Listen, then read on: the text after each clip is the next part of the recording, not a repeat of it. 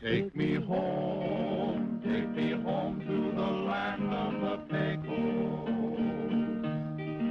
Near that stream, let me dream 'neath the sky. This old heart keeps on beating, repeating fond echoes of the brave and the bold riding high. During the 1870s, the wildest spot in the United States was the desolate region west of the Pecos River. Virtually beyond the reach of the authorities, the railroads, then pushing their way west, attracted the most vicious characters in the country. It was said that all civilization and law stopped at the east bank of the Pecos. It took one man, a lone storekeeper who was sick of the lawlessness, to change all this. His name was Judge Roy Bean.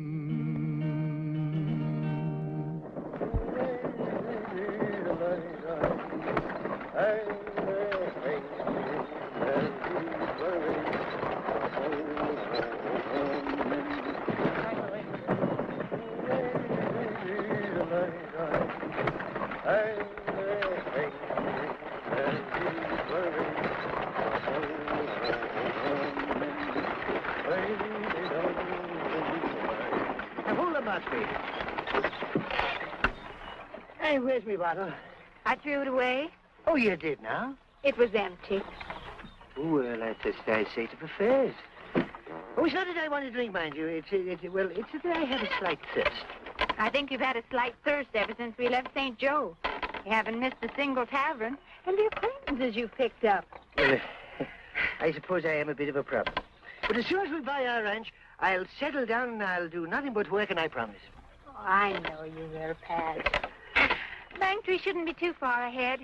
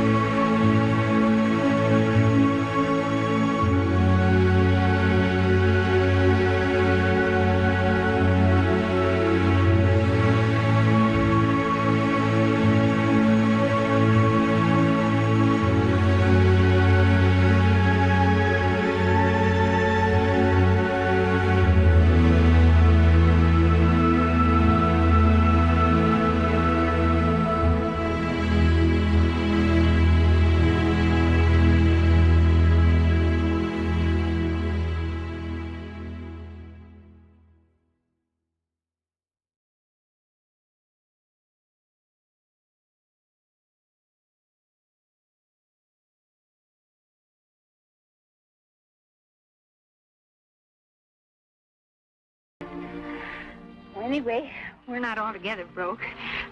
I've got $100. $100, is it? And where would you be getting $100? I took it out of your pocket when you were asleep, just in case of something like this would happen. Oh, you did now?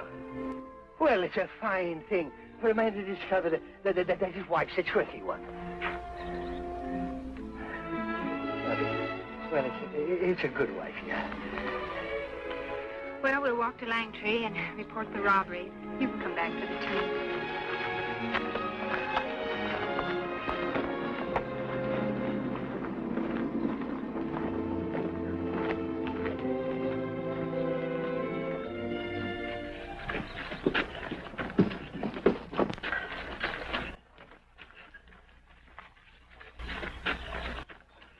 Gonna try to ride old Nick again, eh, Jeff? You can't throw me every time. He has. Well, this is one fight he's going to lose. Can't figure him out, Judge. He's gentle as an old plow horse. Doesn't raise a ruckus at all when you're putting a saddle on him. But once you climb aboard, he really falls apart. Yeah, maybe he's just an outlaw. Better just turn him loose and let him run with the herd. Oh, Uncle Roy, I'm sure Jeff can break him. All he's collected so far is a bunch of bruises. Well, watch this.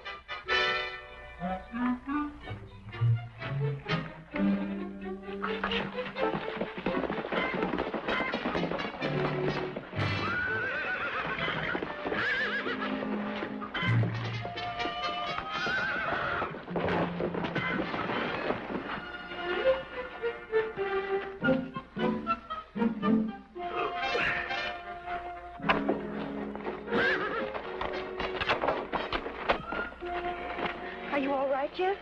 Sure, but I'm going to try it again. That's just like the irresistible force meeting the immovable object. I know I can ride him. And like Mark Twain said, if you can't beat 'em, join 'em. Maybe you ought to change tactics. Put the saddle on him, let him carry the weight around all day. Then try to ride him. Mark Twain? Might work.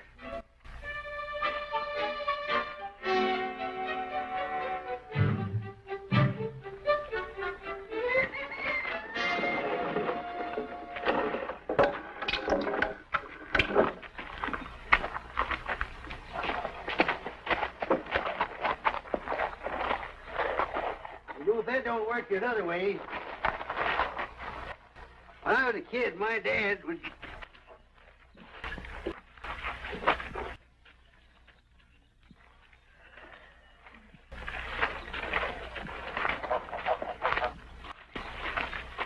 Would any of you be knowing if Judge Bean is inside? I'm Judge Bean. Oh, yeah. Well, it's a sorry tale I have to tell. Robbed and set afoot we were by two thieving spalpeens. Oh, is that so? Well, come on inside and let's talk it over. I'm Letty Dean. The judge is me. Oh, I'm Kate O'Hara. Come on. Well, and that's what happened. I did a little too much talking. It's a bad habit I have when I've had a few nips. Oh, I don't mind for myself. Well, it's Katie that suffers from me doings. The $2,000 was intended to buy a ranch. Oh, we'll make out all right, Pat. Beautiful new builds they were, too. There's always a chance them two hold-up men may stop in Langtry to pick up supplies. We'll keep a sharp lookout for any new currency. You keep your eyes open, Lenny. How come you didn't try to stop them when they were chasing you, Pat? A few shots might have scared them off. I don't have a gun. You? What? I don't own a gun. It's a mighty handy thing to have in these parts. Oh, they are they? Well, let me tell you a thing or two. I saw enough of gunplay and killings in the last rebellion in Ireland. Guns. They're an invention of the devil. Sometimes it's a necessary evil. With the law and order thoroughly established out here in the West, a man must protect himself. If you're going to live out here, you're going to need one. Jeff, maybe you better take Pat back to the wagon. Pick up your team. Right. Don't you worry. We'll take care of Kate while you're gone. Thank you.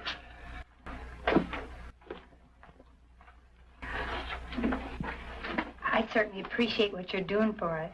That's all right, Kate. We're only too glad to help you.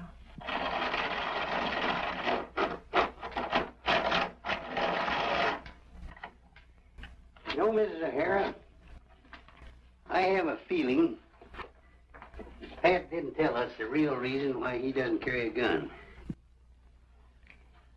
Well, it was during the Irish Rebellion, Judge Bean. Pat and his younger brother were on opposite sides. Pat led a raid on a farmhouse one night. There was a bitter fight. When it was over, his brother was dead. And Pat thought that maybe it was one of his bullets that killed him. Pat never forgave himself. I married him soon after he came to America. But nothing seems to make him forget. Not even his drinking. You love him very much, don't you, Kate? Yes. Fact is, it takes a lot of courage for a man to come to a frontier like this and live without a gun. Kate, do you think you could recognize any of the men if you saw them again? Oh, no, they were completely covered. They wore some kind of capes. Oh, I did notice that one of them wore a pair of boots with silver heels. Silver on the heels. Now, that is a good clue. Oh, Letty, you take care of Kate. Yes, Uncle Art. Well, I guess you're all set, Pat. You drive into Langtry. I'll see if I can pick up the trail. All right. All right, Beast.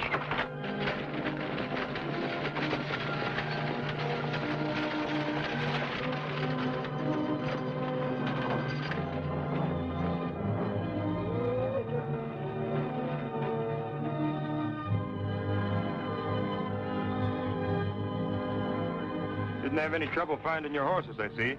Jeff found them. Could you put the beasties up for a bit and feed them? Sure thing. Oh, you wouldn't be knowing where a man might get a little liquid refreshment without. There's not a saloon in Langtry. Don't breathe a word to the judge, but some of the boys are having a little game in the stable office. Jim Devers might have a bottle. Well, now that might be a way to just quench me thirst and replenish me tank. I'll introduce you.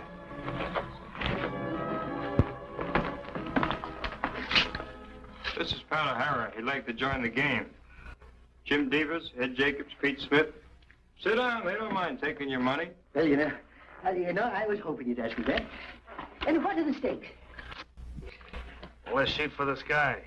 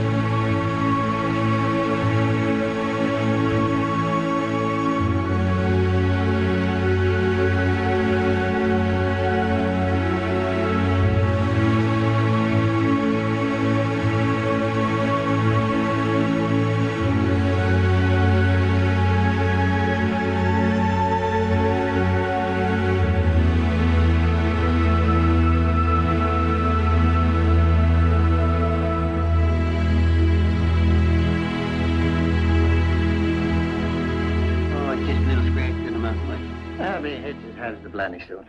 Oh, I'm positive one of the men who attacked Pat was in on the holdup. I recognized the boots on one of them. Then that's why they jumped me. When I mentioned those new bills that they were carrying, twins to the ones we had. Well, they were playing a little poker, darling, and, well, I thought I'd run our stake up a little. Or lose the $100 we've got left. Hey, Jeff, maybe you better go bring that fella in with the fancy boots. I want to have a talk with him.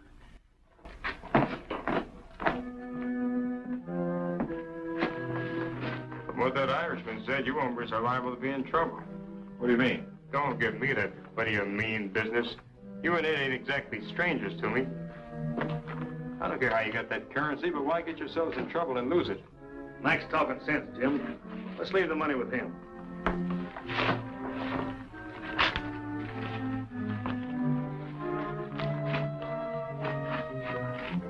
It's all right with me. Don't get any ideas. If you don't trust it, just have the money here when we want it. Well, hiya, Jeff. Pull that chair over, Mac. All right, put your feet up there. I want to look at your boots. Why? Never mind why. Put them up there.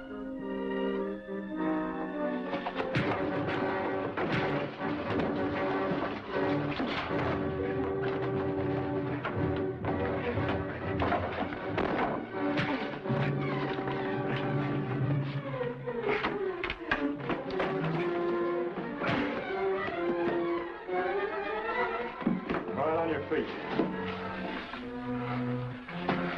All right, let's go. Judge Bean wants to talk to you.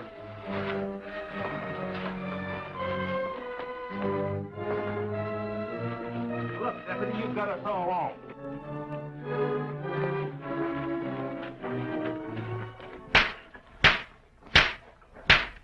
This here court's now in session. Judge Roy Bean presiding. Take off your hats.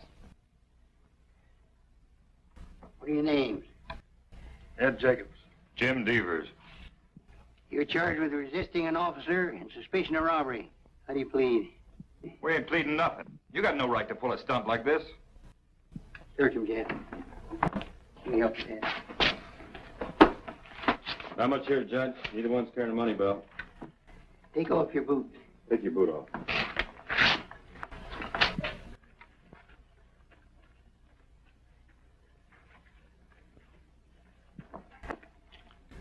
You recognize that, Mrs. O'Hara? Yes, they're the ones I told you about. What's this all about? You'll have plenty of time to think it over. Lock him up, Jeff. I'm holding that for evidence. Let's go. I got nothing to hold you on, Jacobs, so I'm going to have to let you go. But don't you leave town. They're the ones that pulled the shenanigans, Your Honor. I'm sure of it. I'm sure, too, Pat. Deaver's boots certainly implicate him. But proving it's another matter, though. Uncle Roy, maybe they hid the money somewhere in the stable. Yeah, Mac could be helping him. I wouldn't put it past him. But you can't search a fellow's place just because you don't like him. Then what do you propose doing, Judge? I don't know yet, Pat. I'll have to think about it.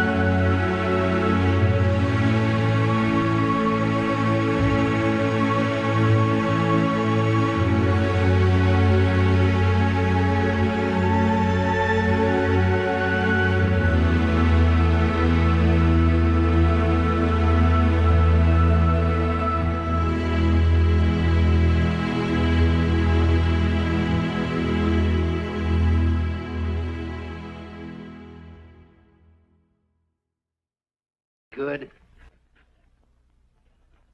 He was a lot of man once. He could be again if he'd only try, really try. As it is, he's going to end up as nothing but a bum.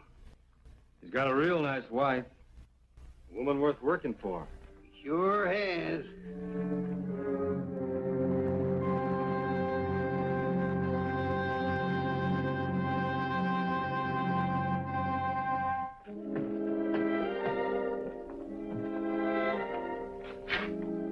It's gone.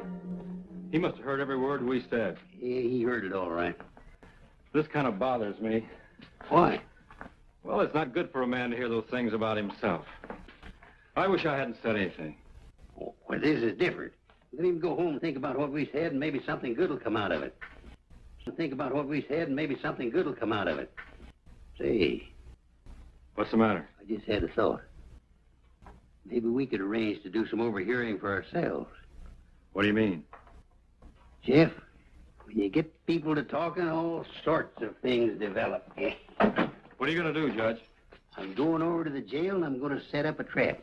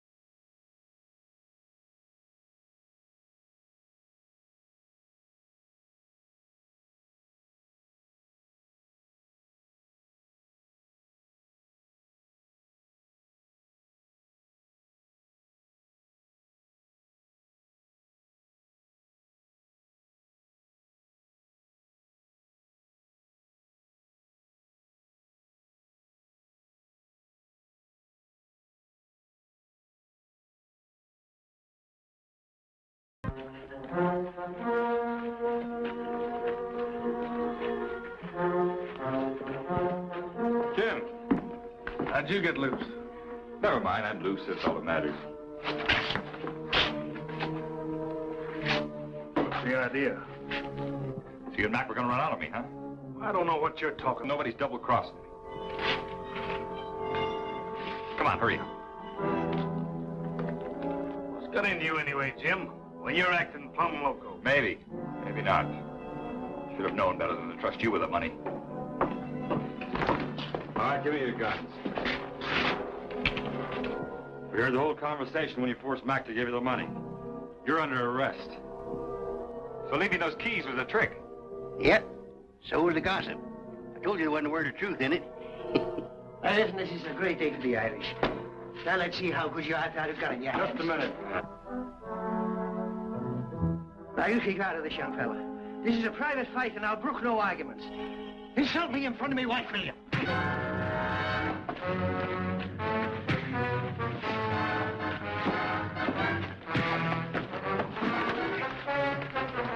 We had to come in and see what was going on, Uncle Roy. Well, you got here just in time. Your Pat's working off a little steam.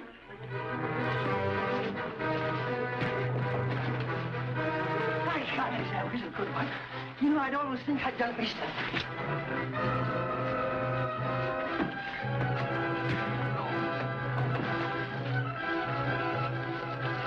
All right, get up, me lad. This is only the beginning. Hold it! Fight's a fight, but it's got to be fair.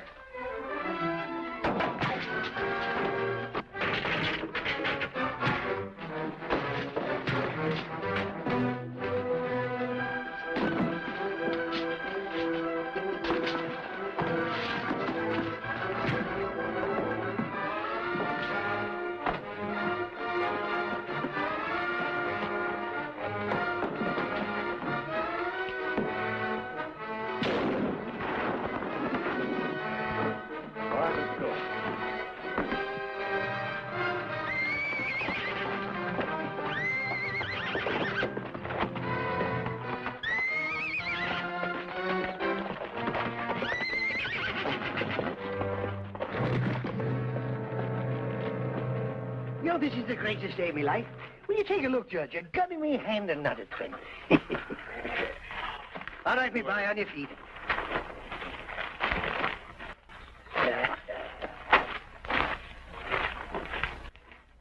It's a grand visit we've had in Langtry, Miss Letty, and many a pleasant memory that we'll take away with us. I'm glad you think so, Pat. We'll miss you, Pat. It's been a pleasure. Thanks again for everything. Jim Devers won't be needing this for some time, Pat. Might come in useful on that homestead, killing snakes and such. Huh. Snakes, is it? Well, I won't be needing to shoot any snakes because I won't be seeing them. I've taken the pledge.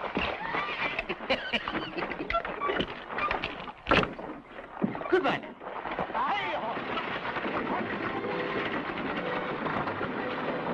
Too bad they decided to homestead further west. They were real nice people. Hell, now, I don't know, Jeff. I'm kind of satisfied to see them moving on. I thought you liked them, Uncle Roy. Oh, sure I do. But if that Irishman had stayed around here much longer, we'd all be talking with a bit of brogue and a wearing of the green.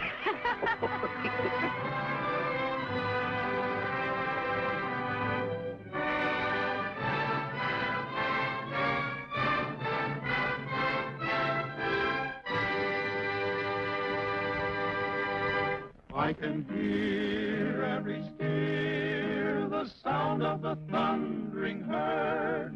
It's so real, I can feel the warmth of a friendly word. So I know I must go to the land of the Pecos. There to stay, there to stay.